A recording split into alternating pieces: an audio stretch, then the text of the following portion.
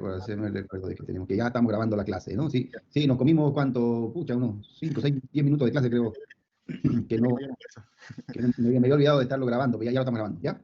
Bien, entonces, reiterado, el tema que vamos a ver es test de hipótesis, vamos a entender el intervalo de confianza, al 95, al 99, a 2 colas, 1,96, 2,57. Esos son los datos que vamos a utilizar para poder hacer nuestro test de hipótesis, ¿ya? ¿En qué consiste el test de hipótesis? Voy a colocar una diapositiva aquí, adicional, ahí está. ¿En qué consiste el test de hipótesis? Bueno, básicamente tenemos algunos pasos que tomar en cuenta para el test de hipótesis. El primer paso lo voy a colocar aquí, en forma de un recuadro. Entonces, el primer paso es determinar las hipótesis. Básicamente tenemos dos, algo que se denomina hipótesis nula, que la vamos a representar como H0, y algo que se denomina hipótesis alterna, al cual le vamos a llamar H. Ahora sí. Ajá. Ahora sí va a entrar bien. Ahora sí. Y algo que le denominamos hipótesis alterna. ¿Ya? H1. H0 es la hipótesis nula, H1 la hipótesis alterna. Entonces, lo primero que tenemos que determinar es la hipótesis. Bien. ¿Quién de ustedes me puede decir? ¿Quién de ustedes me puede decir? A ver, vamos a ver aquí. Diana Lucía, diga presente. Presente, Lizan. ¿Qué es para usted una hipótesis? Una hipótesis es como una conclusión. Como una conclusión. ¿Y qué sería una conclusión? Algo a lo que uno puede llegar como un resultado. Ya, ok. A ver, Fabricio Sánchez, diga presente. Presente, dicen. ¿Qué dices tú? ¿Qué es una hipótesis? Una hipótesis llegaría a ser una predicción hacia un futuro sacando alguna conclusión. Una predicción. A ver, aquí. Luis Obando, diga presente. Presente, dicen. Dime, Luis Obando, ¿qué es para ti una hipótesis? Yo creo que una hipótesis es el planteamiento de una solución de un problema que yo creo que es la solución a un problema real. La solución a un problema, ya nos vamos acercando de a poco. ¿Cuál punto? ¿Perdón? ¿Es cuál punto? Le digo. Es una suposición, dicen. Es una suposición. ¿Y qué es una suposición? A ver, ¿quién está? ¿Nairín? ¿Belén? Sí, dicen. Buenas noches. ¿Y qué es una suposición? Como una idea de lo que a lo que se pretende llegar, digamos. Uno está, por ejemplo, realizando una investigación, entonces antes de concluirla vos tenés una idea de lo que crees que vas a llegar o pretendes que vas a llevar, entonces creas una suposición para ver si esa suposición es acertada a lo que hiciste o no. Ya, ok. Bien, a ver, una hipótesis es una solución no comprobada a un determinado problema. Repito, una hipótesis es una solución no comprobada, ¿no?, de un determinado problema. O sea que, en primer lugar, la hipótesis tiene que estar relacionada con algún problema, porque la hipótesis es la solución de un problema, pero no ha sido comprobado, por lo tanto se mantiene como hipótesis. Después de un proceso de investigación, de experimentación y de poner a prueba tu hipótesis, después logras comprobarla, entonces ya tu hipótesis comprobada, ¿no es cierto?, ya es la solución de un problema, ¿verdad? Entonces, yo puedo formular diferentes hipótesis sobre algo que está ocurriendo. Sin embargo, no he comprobado nada de lo que estoy diciendo. Simplemente son suposiciones, cosas que yo creo que puede ser o que puede explicar lo que está ocurriendo. Sin embargo, no lo he comprobado. Cuando ya lo compruebo, entonces ya la hipótesis deja de ser hipótesis, ¿no es cierto? Ya se convierte en un hecho, ¿no es cierto? Por ejemplo, supongo que mi cortejo me está engañando porque me oculta el celular. Eso es una hipótesis.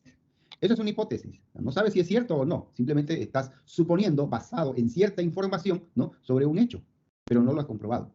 Después de que pasas la experimentación, en otras palabras, mientras duermes, tomas su celular y lo hurgas así de manera certera, de manera así bien, ¿no?, bien pecaminosa, morbosa, ¿no es cierto? Después de hurgar el celular de arriba abajo y ves que no encuentras nada, entonces tu hipótesis nula era de que te estaba engañando. Tu hipótesis alterna es que no lo hace. Y lo estás haciendo en función de hurgar el celular. Lo hurgas, experimentas y descubres que no es cierto, no te engaña. Entonces rechazas tu hipótesis nula y aceptas la hipótesis alterna. Esa es la manera en la que se lleva a cabo un proceso de investigación, ¿cierto? Idéntico. O lo contrario, de repente sale el celular ahí y aparece que chatea con Pepita, Julita, con Cecilia, con Naomi, en fin, hay una lista interminable ahí de gente con la que se dice mi amor. Entonces ahí queda confirmado el hecho de que tu hipótesis ha sido comprobado, ¿no es cierto? Y estás comprobando tu hipótesis nula y rechazas la alterna. ¿De acuerdo? Entonces, así funciona. Ahora, lo que nosotros vamos a hacer ahora es precisamente lo mismo. Vamos a plantear una hipótesis a un determinado problema con dos alternativas. Una alternativa que afirma y otra alternativa que niega. La alternativa que afirma la vamos a llamar hipótesis nula y la que lo niega le vamos a llamar hipótesis alterna. ¿Ya? Entonces, a la nula le vamos a llamar H0 y a la alterna le vamos a llamar H1. ¿Ya? ¿Está claro hasta aquí? ¿Alguien tiene alguna pregunta sobre eso en particular? Bien, entonces el primer paso que hemos dicho es precisamente determinar la hipótesis. Okay. El segundo paso, o el paso número 2, ¿sí? Es determinar el estadístico, ¿cierto? Estadístico. ¿Qué significa eso? Significa de que tengo que escoger con qué herramienta voy a experimentar o poner a prueba mi hipótesis. Por ejemplo, si lo que yo quiero es comprobar mi media, probablemente utilice la normal. Si lo que quiero es comparar varianzas, probablemente utilice la chi cuadrado o la Fisher. Si lo que yo quiero es comprobar mi resultado de medias, pero con datos muy pequeños, probablemente utilice la T de Student, ¿cierto? Se recuerdan todos esos nombres, ¿no es cierto? Se pasaron en estadística 2, la normal, la T de Student, la chi cuadrado y la F de Fisher, ¿correcto? Han llevado eso. Me imagino que en estadística 2 se lleva todo eso, así que, ¿no? Entonces, ahora determinamos el estadístico con el que vamos a poner a prueba mi hipótesis. Ese sería el punto número 2. Tendría que ver con qué lo voy a hacer, digamos, ¿no? ¿Sí? ¿Qué es lo que voy a hacer aquí? Bien. Tercer punto. Determinar el nivel de significancia. Determinar el nivel de significancia. ¿Qué significa eso? Eso significa que ahora lo que tengo que hacer es determinar cuál es el grado de confianza con el que voy a usar mi estadístico. 95%. 99%. ¿Y por qué tan importante determinar el grado de significancia? Ya hemos dicho de que el intervalo de confianza es tomar el 95% de la muestra para comprobarlo. Podemos hacerlo al 95, podemos hacerlo al 99. ¿Por qué no existe un número mágico, digamos, ¿no? El problema es el siguiente, y es que aquí se genera algo que se denomina, a ver, aquí está.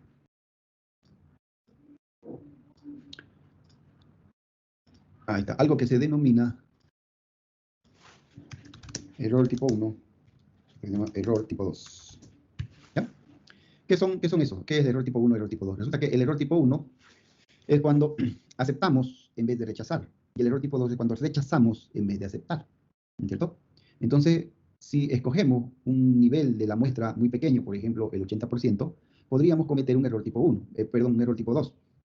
Estaríamos de repente rechazando en vez de aceptar. Y si escogemos un intervalo demasiado grande, podríamos aceptar en vez de rechazar. ¿Ya? De ahí es que comprobamos al 95, comprobamos al 99. Si al 95 rechazo y al 99 también lo hago, entonces directamente doy por sentado de que efectivamente estoy rechazando mi hipótesis. ¿Perdón? ¿Cuál es la pregunta? Dijo una muestra de 80% sería un error tipo 2. No, no estoy diciendo que una muestra al 80% generaría un error tipo 2. Lo que estoy diciendo es que si el intervalo es muy pequeño, podrías cometer un error tipo 2. Si el intervalo es muy grande, podrías cometer un error tipo 1. ¿Cierto? Entonces, eso es lo que estoy diciendo. Entonces, escogemos... Dicen, si es muy chico el intervalo, entonces... A ver, bien. El error tipo 1 es rechazar en vez de aceptar. Y el error tipo 2 es aceptar en vez de rechazar. Entonces, si tu intervalo es muy pequeño, podrías rechazarlo. ¿Cierto? Si tu intervalo es muy grande, podrías aceptarlo. ¿Por qué? Porque el resultado o el grado de aceptación estaría de repente muy, muy cercano a tu punto crítico. Evidentemente, cuando el grado de aceptación o rechazo está muy lejos del punto crítico, ahí no cabe duda. Ya no necesitas, ya lo haces al 95, lo haces al 99, lo rechazas igual. Cuando lo veas o cuando vean el ejercicio van a ver a qué me refiero con este tema, ¿cierto? ¿Sí? Vamos a ver con este tema. Ok. Después tenemos el siguiente paso, el 4, que es poner a prueba, ¿no?, la hipótesis. En otras palabras, voy a contrastar la hipótesis. Ya tengo el estadístico, ya tengo el nivel de significancia, ahora comparo, ¿no?, y pongo a prueba la hipótesis. Y por supuesto, el quinto y último paso es la conclusión. ¿Qué concluyes? Voy a aceptar, voy a rechazar, ¿qué es lo que voy a hacer? ¿Cierto? ¿Cuál es la conclusión que voy a tener en función de lo que estoy investigando? ¿Cierto? Si rechazo la hipótesis nula, si acepto la alterna, si tengo que volver a hacer el experimento otra vez, ¿no es verdad? Entonces, básicamente un test de hipótesis es eso. Vamos a hacer un ejemplo. Aquí tengo. Si ustedes quieren, cópienselo el ejercicio en su cuaderno para poder tener una secuencia de los apuntes que están tomando, o este PowerPoint se los pongo ahí en el WhatsApp y ya está, digamos, ¿no? También lo tienen ahí. Mi consejo es que sí, lo copien por lo menos. Y vamos a trabajar con el Excel. Así que las personas que estén con computadora, vamos abriendo nuestro Excel, porque vamos a trabajar con el Excel, ¿ya? Les doy unos minutos entonces para que copien el ejercicio y el enunciado más que todo, porque esto de aquí es difícil que lo copien, ya que es un número muy grande. Voy a ver si puedo, voy a ver si esto, qué tal si lo copio, voy a ver si lo puedo pasar al WhatsApp, ya, a ver si lo puedo pasar ahí. Dice, ¿y usted ocupa este método para su trabajo? ¿Perdón? Siendo sincero, ¿ocupa este método usted en su trabajo para, así, digamos, sacar sus cálculos, todo? ¿Y cuántas veces le ha salido, digamos, que es cierto el resultado? Ujú. Ya, ok. A ver. Ahí lo veo directo. Estás haciéndome la típica pregunta, ¿y eso para qué sirve? ¿Lo vamos a ocupar alguna vez? ¿No es? No, es A ver. si usted ocupa en su trabajo, ¿cómo lo ocupa? Y Ahí si está. su Lo resultado le ha... lo he pasado lo tengo. Ahora vamos a hablar de eso. Esperen un segundito, quiero pasar esto de aquí. Aquí está, entonces esto lo vamos a guardar. Y ahorita se lo paso en Excel ya directamente, ¿ya?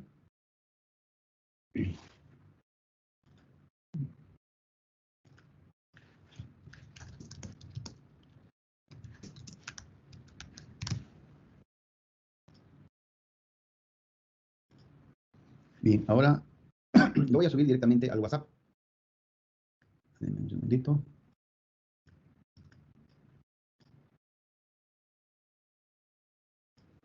Ya está, se lo acabo de pasar el ejercicio al WhatsApp para que se lo bajen. Ya ahí está la tablita esta que estamos usando. Bien, el tema si utilizamos o no esto. Bien, respuesta, sí, lo he utilizado muchas veces para hacer, sobre todo para los trabajos para hacer los pronósticos de ventas, los pronósticos de costo y los pronósticos de precio. He utilizado esto muchas veces para contrastar si mi pronóstico está dentro o fuera de lo que debería ser. La simulación la uso casi a diario, ¿no? Especialmente para poder proyectar mi flujo de efectivos, ¿no? Así que sí, por lo menos yo lo uso. Esto se usa muchísimo, especialmente en los trabajos de investigación. Por ejemplo, si vas a trabajar en una empresa que hace encuestas, en una empresa que hace estudios de mercado, lo más probable es que sí, lo ocupes bastante, ¿no? Ahora, en términos financieros, yo lo ocupo mucho. No, esto no lo voy a llevar a un directorio, no se lo voy a mostrar a un directorio, nunca. ¿Por qué? No tiene sentido, ya no voy a ponerme ahí que la hipótesis, que la contrastación, que los resultados, no. Simplemente yo hago una contrastación para verificar si mis resultados y mis pronósticos son o están dentro de ciertos márgenes lógicos, coherentes, ¿no? Y en base a eso, ya yo me siento más seguro de poner esa cifra para poder determinar mis presupuestos y mi flujo de caja. Y obviamente eso ya es lo que se presenta al directorio, los presupuestos y los flujos de caja, que de alguna manera están siendo comprobados, llamémosle así, ¿no? Por lo menos estadísticamente. O sea, en otras palabras, no pongo mis números de pronósticos y de presupuesto alegremente, tienen un sustento teórico basado en supuestos y tienen un sustento estadístico, ¿no? Con resultados firmes. Sus supuestos teóricos son la experiencia que ha tenido la empresa, digamos, ¿no? Con la Los supuestos, bueno, estamos en el curso de simulación, ya van a aprender lo que son los supuestos. Por ejemplo, decir, ya acaba de terminar estamos en plena pandemia, está bajando el ritmo de los contagios, por lo tanto, mi primer supuesto es que al año que viene, con un nuevo gobierno que tiene un nuevo Congreso y que tiene nuevas políticas económicas, podríamos reactivar la economía y basado en la información de que el Fondo Monetario Internacional, el Banco Mundial, están estimando que Bolivia podría reactivarse el año que viene con un crecimiento de más o menos del 3%, yo puedo basar el crecimiento de mis ventas en función de eso que va a ocurrir, ¿cierto? Eso es un supuesto. Puedo suponer que la inflación de este año ha sido casi negativa, por lo tanto no deberíamos tener incremento salarial el año que viene, porque los precios no han subido, más bien han bajado, ¿cierto? Por lo tanto, si yo voy a presupuestar mi nómina, mi salario, pues probablemente no le ponga incremento salarial. No creo que alcancemos más del 4.5% de crecimiento el año que viene, por lo tanto tampoco voy a hacer ninguna previsión sobre el doble aguinaldo. Entonces no lo voy a colocar ni siquiera en mis proyecciones. Esos son supuestos. Los supuestos son tanto de costos como también de ventas. Si, por ejemplo, tengo una empresa que vende zapatos, lo más probable es que los meses de mayo, los meses de septiembre, los meses de noviembre y diciembre tenga un incremento en mi venta de zapatos, especialmente si son zapatos de mujer. ¿Por qué? Por el Día de las Madres, por las promociones de fin de año, ¿no? Y por las fiestas de Año Nuevo y Navidad, ¿cierto? Entonces, ahora, ¿en qué puedo hacer mi supuesto? Bueno, miro mi estadística y, por ejemplo, si yo veo que los últimos 3 años tuve un incremento en venta en esos meses del 20%, entonces cabe esperarme que este año también lo tenga. Así que de esa manera hago mi proyección. Esa es la manera de llevar el supuesto a elaboración de proyecciones. ¿Ya? Ok, regresando al tema. Dice, el encargado de ventas de una empresa ha elaborado un seguimiento a las ventas en los últimos 64 días. O sea, en otras palabras, ha tomado una muestra de 64 días, ¿no? Ha tomado una muestra de 64 días y ha notado, por ejemplo, el día número 1 vendió 250, el número 2, 226, el número 3, 221. ¿Okay? Entonces, elaboró una tabla con todos los días observados, ¿sí? Bien. Resulta de que ya yo tenía una experiencia del año pasado. El año pasado yo tengo todas mis ventas del año diario y agarré y saqué un promedio de todas mis ventas, ¿cierto? Y resulta que ese promedio me dio 215 por día. ¿Cierto? En otras palabras, la media del año pasado es 215 y esa información es certera, es cierta, ya no estoy haciendo suposiciones, no estoy haciendo muestras, ese es mi dato poblacional, porque eso ya pasó y lo tengo registrado. Entonces, mi media del año pasado fue 215. Este año tomé una muestra de 64 días y he notado, ¿no? O no sé, tendría que ver, dice, ¿Se podría afirmar que las ventas se han incrementado? Los datos observados son los siguientes. Me estoy haciendo la pregunta. ¿Será que se incrementaron mis ventas o simplemente fue una casualidad? No sé, veamos. Apliquémosle un test de hipótesis para saber si el resultado que estoy teniendo ahora, ¿no? es evidentemente mayor que el del año pasado. Bueno, vamos a hacer un test de hipótesis, ¿ya? Así que me voy a ir al Excel. Ya. Todos, por favor, abran su Excel en el archivo que les mandé para que podamos ver nuestra tablita. Me avisan, ¿ya? Cuando ya tienen todos abiertos.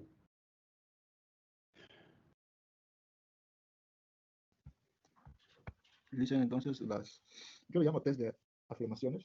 Entonces, puedo hacer diferentes afirmaciones o hipótesis en base a la situación, como dijo que era por el Día de la Madre, digamos que es cultural, ¿no? El otro por ventas de año pasado, digamos que es por la venta histórica. Ahora, también por la situación de que hay una crisis, digamos que la situación económica. Y las variables, entonces, en base a eso construye usted su hipótesis, ¿no? No solamente en base a eso. Esos son parte de los supuestos que después tengo que validar a través de datos estadísticos. ¿Ya? Entonces, las noticias, esos datos están en esas noticias, por ejemplo, ¿no? Por ejemplo, este es un ejemplo, mira. Yo siento que vendo más que el año pasado. Te saco una muestra y el año pasado le saco el promedio. El año pasado es 215 y este año tengo estos resultados. Ahora, ¿será que estoy vendiendo más que el año pasado? No sé, voy a hacer una contrastación de hipótesis para afirmar si eso es verdad o no, basados en una muestra. Entonces estoy utilizando una validación estadística, ¿no? Una validación estadística para un supuesto. Ahora veamos. Me voy a ir a datos y voy a colocar el análisis de datos. ¿Se acuerdan del análisis de datos que tenía? Voy a colocar muestra, voy a colocar estadística descriptiva, le voy a dar a aceptar, ¿no? Este ejercicio lo hicimos en la anterior clase, y voy a negrear toditos los números que tengo aquí, ¿ya? En este caso, por ejemplo, no tengo rótulos en la primera fila, así que no lo voy a tiquear, pero sí voy a colocar el rango de salida y quiero el resumen de las estadísticas, ¿ya? Entonces, con eso ya tengo todos mis... Ah, caramba, aquí hizo algo que no debería haber hecho. Vamos a hacer lo siguiente, ¿ya?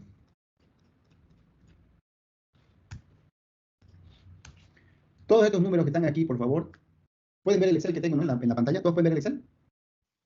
Sí, dice, pero su procedimiento se salta, digamos que salen los números. Voy a colocar un número debajo de otro. O sea, una columna la voy a colocar debajo de otra. ¿Listo? Ahí está. Estoy colocando una columna debajo de otra. ¿Sí? Y estos son todos mis datos observados. Fíjense que comiencen en 1 y terminen en 64. ¿Listo? Hagan por favor eso. Coloquen todo en una sola columna. Yo puse en varias para que me entre en el PowerPoint, pero para términos del Excel hagan una sola columna, por favor. ¿Ya? Me avisan cuando esté listo.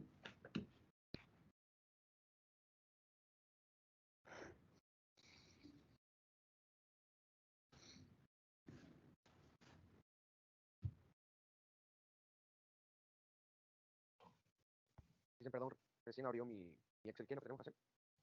Colocarlo todo en una sola columna. Todos los números, colocarlos en una sola columna. Si usted mira la pantalla, y tanto yo los coloqué todo en una sola columna. ¿Ya? Eso es lo que tenemos que hacer.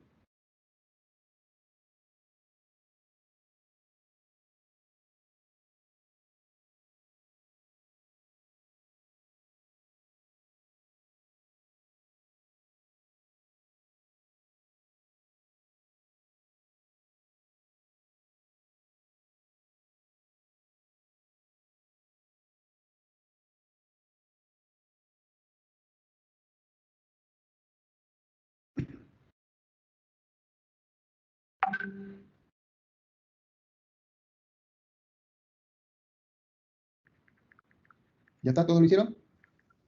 Ya, listo. Bien.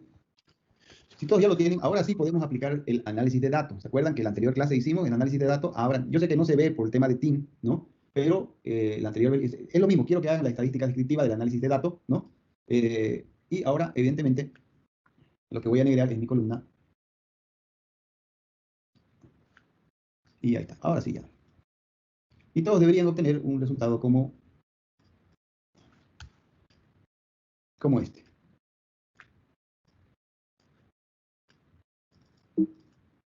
Ahí está. Todos deberían tener un resultado como este, ¿ya? Quiero que lleguen aquí a este resultado. Fíjense que me da una media de 226.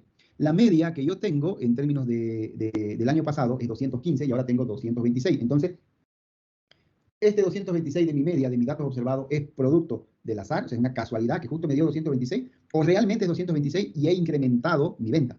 Esa es la pregunta, es lo que tengo que investigar, lo que tengo que saber. Porque si yo agarro y miro la media de mi muestra es 226, digo, mi media se incrementó. O sea que a partir de ahora ya no vendo 215. Y si ustedes se fijan, 215, y hago una resta entre el 226 menos el 215, son 11.45. Si eso lo multiplico por 30 y lo multiplico por 12, estamos hablando de 4.123 al año.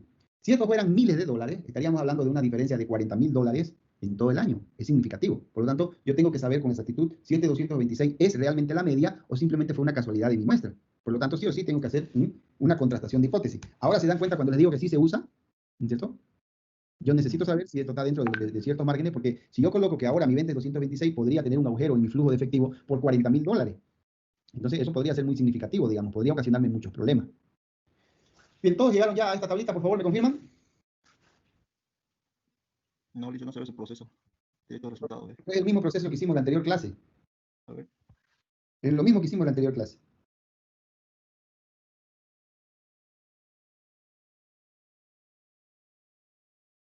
Nuevamente, se van a datos. En datos buscan análisis de datos. Dentro del análisis de datos, ahí buscan estadística descriptiva. Ahí les va a salir una pantallita. Y con esa pantallita, ustedes ya pueden escoger la columna que acaban de hacer, poner estadísticas descriptivas y darle a aceptar, y ahí les va a aparecer esa tablita que tenemos aquí. ¿Ya?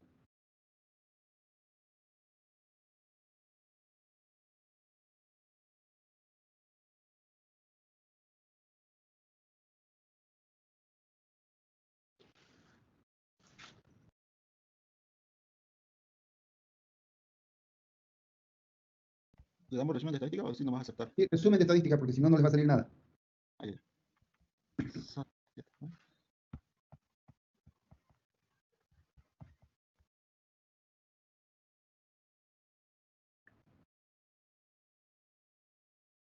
Ya, correcto, Licho.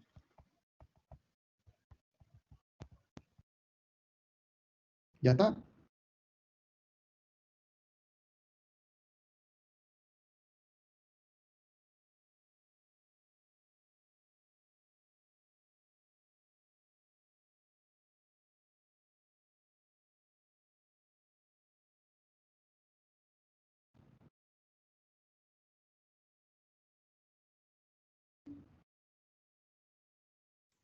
¿Ya está? ¿Ya está? ¿Hicieron todo? ¿Llegaron hasta ahí? Sí. Muy bien. Aquí queda lo importante. Uno es la media, ¿no? Y por supuesto, el otro importante es la desviación estándar. ¿Ya? Son los dos datos que necesito para resolver mi test de hipótesis. ¿Ya? Media y desviación estándar. Entonces, yo voy a colocar en el PowerPoint ambas cosas, ¿no? Media y... Esta no lo están viendo, pero ahorita cuando yo lo comparte ya lo van a ver. Pero voy a copiar aquí la media. Fíjense que ese valor que tenemos aquí sería mu, o la media poblacional. Perdón, esto es x, lo siento, me equivoqué. Esto es x, que vendría a ser mi media muestral, 226,45. Y por otra parte, tendría sigma, ¿cierto? Ahí está sigma, que sería igual a 14.76. Bien. Voy a volver al PowerPoint, ¿ya? Ahí estamos en el PowerPoint. Entonces, aquí tenemos que la media es 226, sigma es 14.76, y adivinen qué. Mu, ¿cuánto sería mu? Mu vendría a ser la media poblacional, por lo tanto, eso vendría a ser el 215, ¿no es cierto? Bien, ahora voy a hacer el primer paso del que estábamos hablando. Voy a colocar mis hipótesis, ¿listo? Así que voy a hacer primero mi hipótesis nula. Voy a plantear mi hipótesis. ¿Qué va a decir mi hipótesis? Hemos dicho que la hipótesis nula es la hipótesis de aceptación. Entonces, aquí vamos a decir que el promedio muestral es igual al promedio poblacional. ¿Ya?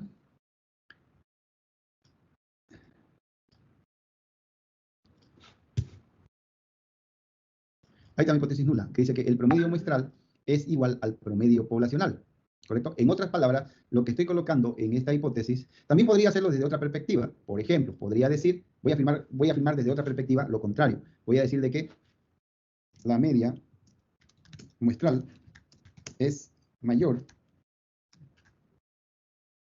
que la media, muestral es mayor que la media poblacional. ¿Ya? ¿Qué significa eso? Lo que estoy diciendo aquí es de que, miren lo que estoy diciendo aquí, lo voy a anotar en términos matemáticos, ¿ya? Entonces lo que estoy diciendo aquí, no es esta la que quiero, eso. Lo que estoy diciendo aquí es que mu sencillamente va a ser igual a x. Perdón, de que x, mejor dicho, es mayor, ¿sí?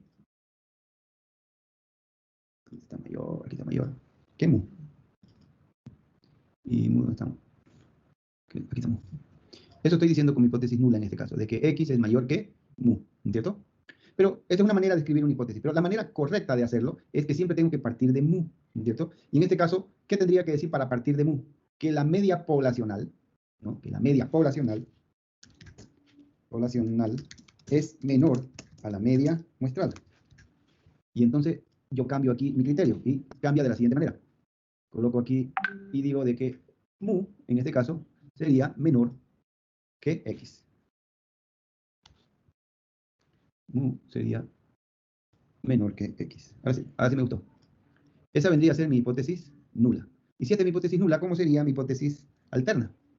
Ya ahí se convierte en lo que les dije. La hipótesis alterna es la hipótesis de negación. Entonces, en este caso, la media muestral no es mayor que la media poblacional. Eso es lo que estoy diciendo con mi hipótesis alterna. Ok, entonces ya planteé mi hipótesis nula y ya tengo mi hipótesis alterna. ¿Qué me falta? Bueno, ahora tengo que elegir mi estadístico. Si tengo media, tengo mu y tengo lo otro, entonces lo ideal en este caso, ¿no es cierto?, es trabajar con la normal. Si ustedes quieren, paso 2. Paso 2, el estadístico es la normal. ¿Ya? Mal escrito estadístico.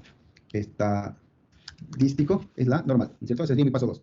En otras palabras, lo que voy a hacer aquí es que z va a ser igual a x menos mu dividido entre... Ahora va a haber un pequeño cambio aquí, que me imagino que deberían saberlo, pero lo voy a explicar, ¿ya? Sigma va a ser igual a la raíz de n.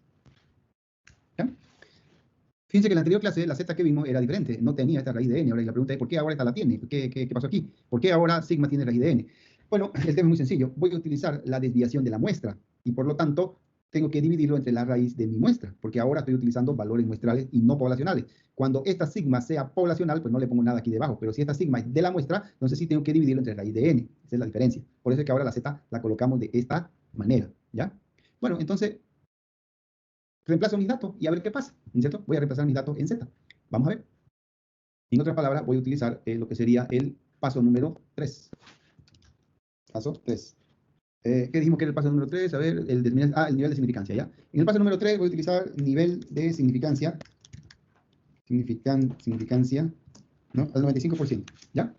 Eso voy a hacer en el paso número 3, nivel de significancia al 95%. Significa que z va a tener como punto crítico 1.96, ¿de acuerdo? Voy a utilizar como punto crítico z 1.96, ¿ya? Entonces, en el paso número 4, voy a colocar aquí, paso 4, poner a prueba la hipótesis. Bien, entonces, ¿ahora qué me queda? Entonces voy a escribir z, va a ser igual, reemplazo los valores. X es 226,45, menos mu, ¿cuánto es mu? 215, dividido entre sigma, que es 14.76, dividido entre la raíz de n, y la raíz de n en este caso, estamos hablando de 64, o sea que n vendría a ser 64, ¿sí? N es el tamaño de mi muestra, por si acaso. ¿De dónde salió el 64? Aquí lo voy a colocar. N igual a 64, y entre paréntesis, tamaño de la muestra. Ahí está. De ahí sale, ¿ya? Lo estoy colocando como para que no nos olvidemos de dónde está saliendo 64. Entonces, esta z, ¿a qué va a ser igual? ¿No es cierto? Agarramos la calculadora y resolvemos, bueno. Agarramos la calculadora y resolvemos. 226,45 menos 215, dividido entre 14.76, dividido entre 64 raíz, dividido. 6.20. 6.2059. Bien, ahora, ok. Ya tengo entonces ya hice mi experimento, ahora me falta la conclusión. Paso 5. Me falta la conclusión. ¿Cómo voy a concluir? Bueno, para esto necesito una cosita. Deme un segundo.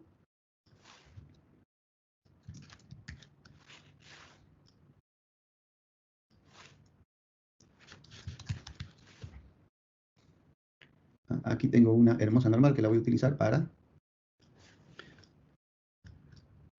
Aquí está. Aquí tengo el gráfico de la normal, como ustedes lo han visto, ¿no es cierto? ¿Qué significa eso? Significa de que aquí voy a tener un punto de mi intervalo, digamos aquí, ¿ya? Lo voy a poner con mayor grosor para que se pueda ver. Y este pedacito de aquí es mi cola, y este punto que está aquí, justo este, es mi punto crítico.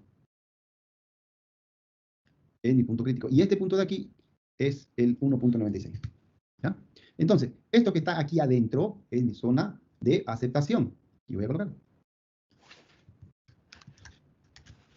Y esta zona que está en el otro lado es mi rechazo.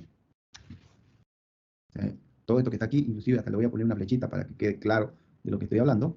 Todo esto que está aquí, de aquí para allá, es el rechazo, ¿ya? Entonces, si aquí está el 1.96 y me da 6, 2, 20, 59, ¿qué significa eso? ¿En qué zona se encuentra? ¿En la aceptación o el rechazo?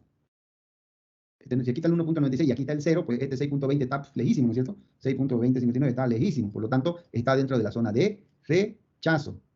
¿Qué significa eso? En mi conclusión, ¿qué hipótesis voy a aceptar? Vuelvo a mi hipótesis y miro, la media poblacional es menor a la media muestral. Estoy rechazando esta hipótesis y estoy aceptando mi otra hipótesis. La media muestral no es mayor que mi media poblacional. En otras palabras, esta media que me dio 226 fue de pura casualidad. Mi media sigue siendo 215. ¿Ya? ¿Se entendió cómo es la cosa? ¿Preguntas? Es posible entonces que no vendamos o vendamos 215. No, sí, el 226 fue puro chichada. Ya. Nuestra media sigue siendo 215.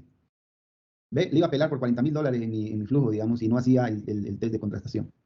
Digamos que esto haya sido producto de una simulación. El 226 fue producto de una simulación. Contrasto y veo si realmente está y condice y está dentro de las condiciones, ¿no? Reales. Ahora me doy cuenta que no, digamos, ¿no? ¿Ve? Iba a cometer un error. Si no hacía el test de hipótesis, iba a cometer un error tipo 1. Iba a aceptar en vez de rechazar. Bien, Si está preguntas. condicionada, digamos, dice, Sí. si está condicionada por otros factores, digamos, no cambiaría mi hipótesis. ¿Qué otros factores? Ya sabes, lo cultural, los políticos, No, digamos. aquí solamente aquí no estamos introduciendo sesgos o cambios en los parámetros. Aquí simplemente estamos midiendo medias.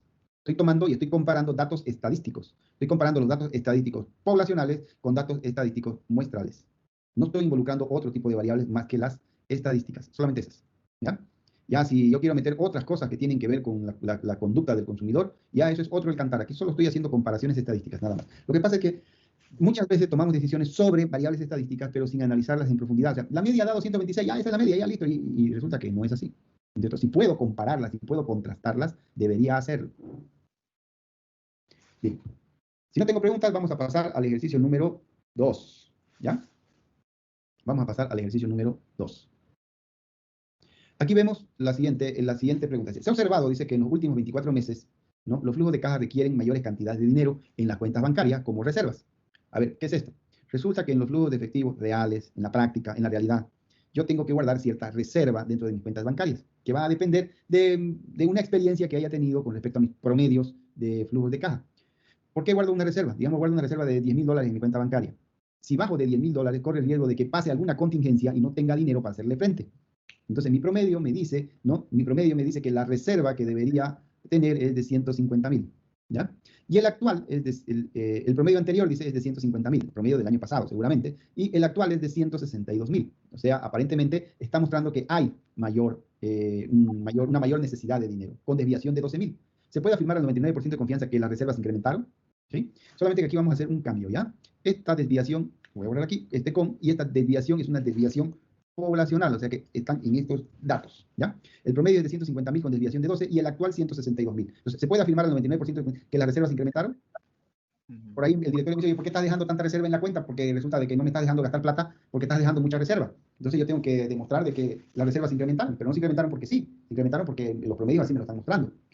Entonces, ¿qué tengo aquí? A ver, analicemos, ¿listo? Primero, estos 150.000 aquí, ¿qué vendrían a ser? Lo voy a poner en amarillo y voy a poner una flecha. ¿Qué vendrían a ser estos 150.000? Estos 150.000 no son otra cosa más que esto de aquí en mi media poblacional. Ahí está. Desviación de 12.000. Lo voy a colocar con otro color de sur. Ahí está. Esto de aquí no es otra cosa que la desviación estándar. No sé si realmente tengo que anotarla, digamos, ¿no?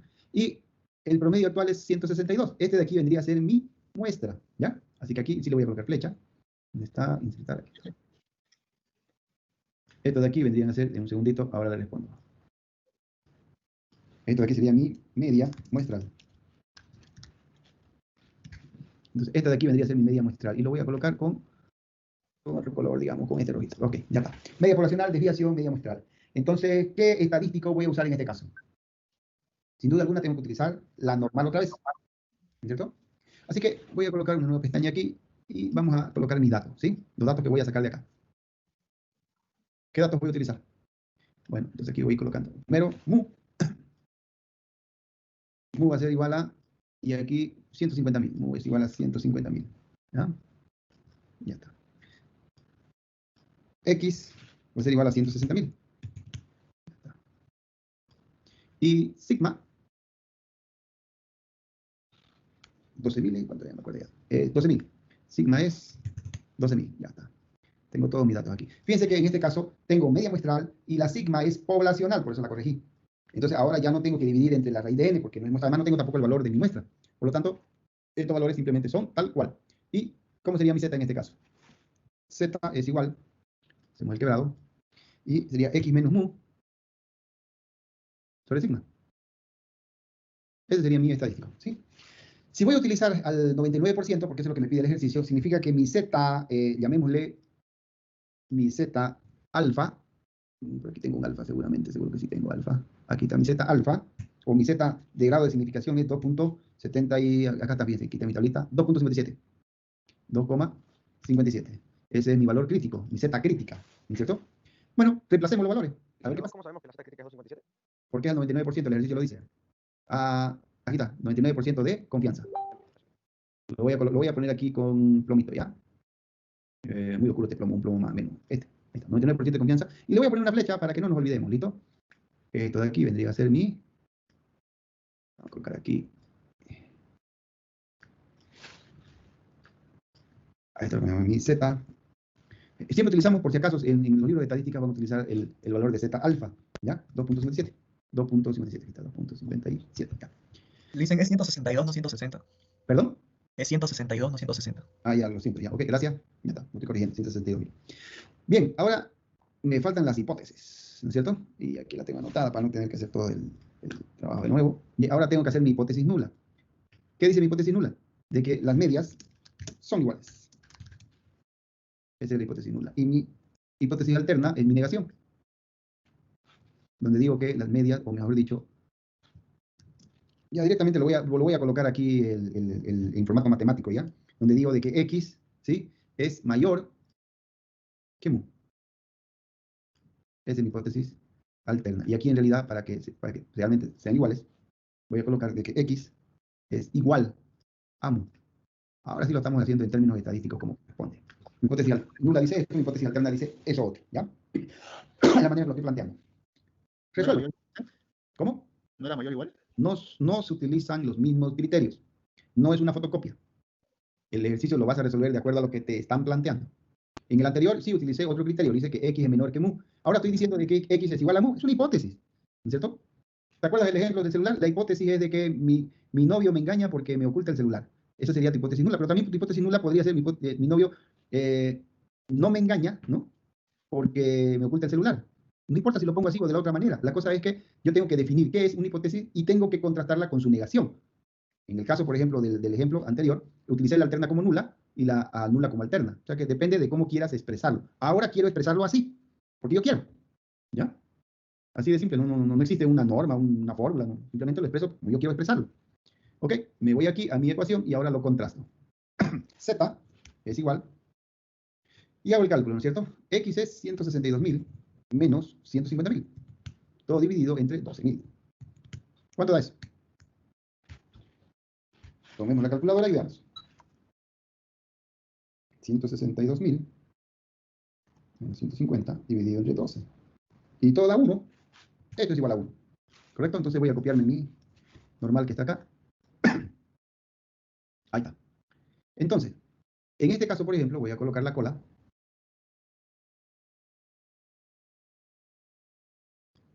Y decimos que justo este punto vendría a ser mi Z. Ahí está, es 257. ¿Cierto? Justo este punto es 257. ¿Dónde se encuentra mi 1? Y aquí otra vez vuelvo a colocar. Esta es la zona de aceptación. Y ahora esta es mi zona de rechazo. ¿Dónde se encuentra mi 1? Se encuentra dentro de la zona de ¿qué? De aceptación. Si se encuentra dentro de la zona de aceptación, entonces, ¿qué digo? Digo de que en realidad estas medias son iguales. Por lo tanto, no ha habido un incremento de mis reservas. Simplemente fue una casualidad.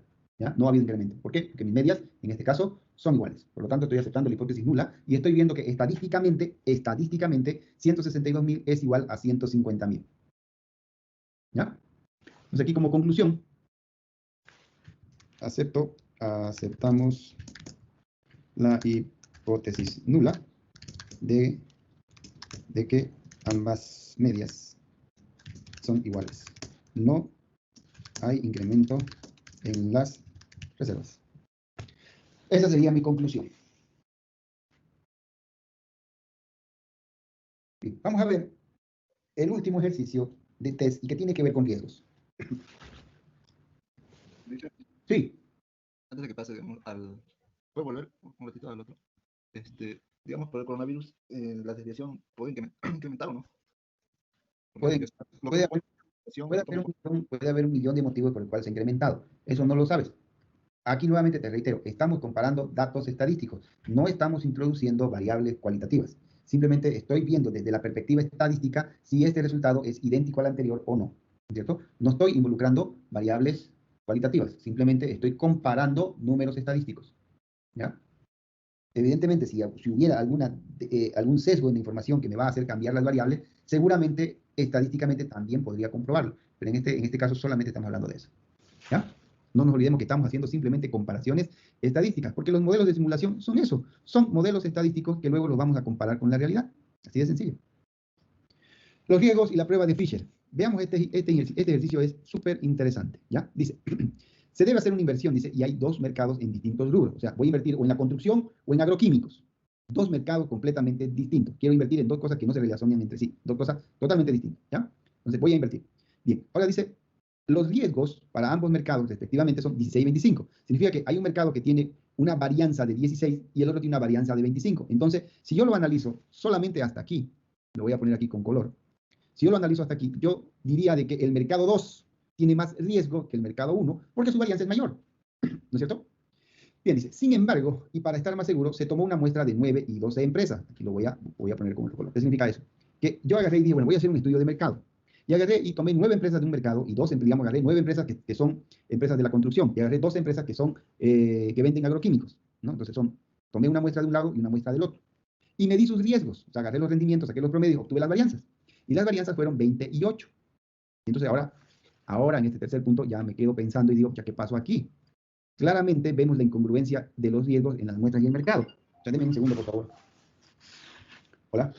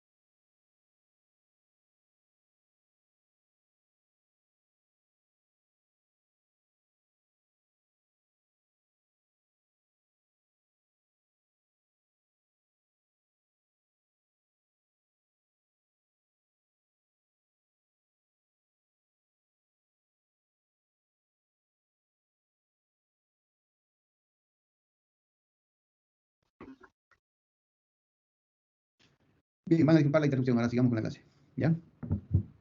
Entonces les decía que vemos entonces que los riesgos de la empresa 1 es 20 y del otro es 8. Caramba, entonces en el mercado da 16-25, pero en mi muestra da 28. Al revés. Hay incongruencia en los riesgos de las muestras. Y el mercado, por lo que sugiere hacer, o sea, hay una incongruencia, por lo tanto, se sugiere hacer un test de hipótesis para determinar si los riesgos del primer mercado son mayores que el segundo. En otras palabras, queremos saber, ¿no es cierto? Queremos determinar mediante la hipótesis. Vamos a usar Queremos usar, si queremos saber si el test de hipótesis para determinar los riesgos del primero son mayores que el segundo. O sea, quiero asegurarme de que efectivamente el riesgo del primero sea mayor que el segundo, ¿no es cierto? ¿Por qué podría generarse una incongruencia y una diferencia tan significativa en los riesgos, ¿no?, con relación a los del mercado? ¿Por qué mi muestra salió tan diferente al mercado? Bueno, aquí hay un tema que hay que discutir, y es que estamos hablando de muestras de 9 y 12. Las muestras son muy pequeñas. Hemos dicho que las muestras, mientras más grandes, más se aproximan a su valor poblacional. Lo mismo pasa con las varianzas. Cuando las muestras crecen en tamaño, las varianzas también tienden a tener el mismo nivel de error. Pero cuando las muestras son pequeñas, los errores suelen ser diferentes. Y por ejemplo, en este caso se sacó una muestra de 9, ¿no?, que es obviamente menor que de 12, y probablemente ese sea el motivo por el cual dio una dispersión muy diferente a la del mercado, o sea, al valor poblacional. En otras palabras, esta muestra pequeña está distorsionando este valor. Las dos muestras son pequeñas, porque para que uno pueda considerar las muestras grandes tienen que ser mayores a 25. Las muestras cuando son menores a 25 se consideran pequeñas, y los estadísticos que tengo que usar en este caso son t-student, Fisher o chi-cuadrado, que son para muestras pequeñas. Entonces aquí estoy viendo una diferencia de las variables, y ahora me cabe preguntar qué voy a hacer. Sí. Para tomar una muestra, ¿cuánto es recomendable tomar, digamos, un porcentaje, un 80%? ¿60%? No, hay una fórmula para sacar el tamaño de la muestra, no se saca así nomás. Entonces, dependiendo del margen de error que quieras, que tengas, y del nivel de significancia de tu intervalo, ¿no?, puedes determinar el valor ideal de tu muestra. Ahora, si tienes el valor poblacional, entonces, por ejemplo, voy a sacar una muestra del total de alumnos de la NUR. En la NUR hay 6.000 alumnos, ¿y cuál sería mi tamaño ideal de mi muestra? Bueno, ya tengo el valor, conozco el valor poblacional. Entonces, ahí se hace un coeficiente de corrección con respecto al valor poblacional, y ya tienes el valor de tu muestra. Pero hay muestras donde no tienes el valor poblacional. Por ejemplo, voy a sacarte sangre, ¿no?, y no sé cuántas células tengas en tu cuerpo. No sé, y no lo voy a poder saber nunca, salvo que te saque toda la sangre y lo cuente. Entonces, como no sé cuánta sangre tienes en tu cuerpo, mi valor poblacional es desconocido o infinito. Entonces, ahí hay otra fórmula con la cual obtienes el valor óptimo de tu muestra. O sea que dependerá de eso, pero me imagino que eso lo vieron en estadística 2, porque eso también se avanza, pues ahí, ¿no? Ahí se ve, digamos, cuál es el tamaño óptimo de la muestra que tienes que usar, ¿no? Bien, entonces tenemos que utilizar en este caso, para poder determinar cuál es el verdadero valor de riesgo de mercado, tengo que utilizar la F de Fisher, o el estadístico F, ¿ya? Bien, debido al tiempo, porque eso me va a tomar por lo menos media hora explicarlo, lo vamos a dejar para la siguiente clase y aquí vamos a concluir, ¿ya? ¿Preguntas al respecto? Bien, si no hay más preguntas, entonces vamos a quedar aquí en esta clase hoy día, ¿ya? Continuamos la siguiente clase el día lunes, ¿ya? Y vamos a entrar en detalle con este estadístico, y vamos a hacer uno también de la TED-Student, y con eso damos por concluido toda la parte estadística, ¿ya? Ahí me gustaría entrar en los modelos econométricos, porque me imagino que ya pasaron econometría. ¿O no han pasado econometría? Sí. ¿Hay alguien que no haya pasado econometría? Yo, Licen. Ya hay uno. ¿Quién más no ha pasado econometría? Ya, no es muy difícil, no voy a entrar en detalle, digamos, de las fórmulas normales, simplemente voy a ponerlo en el modelo econométrico, voy a explicar qué es y cómo se interpretan los resultados, nada más. Listo, ¿ya? Nuevamente, ya les he dicho la diferencia entre el que mete datos y el que interpreta datos. En econometría lo que importa es cómo interpretamos los datos, no cómo los metemos. ¿Listo? Bien. Dicen, ¿lo puedes subir la diapositiva?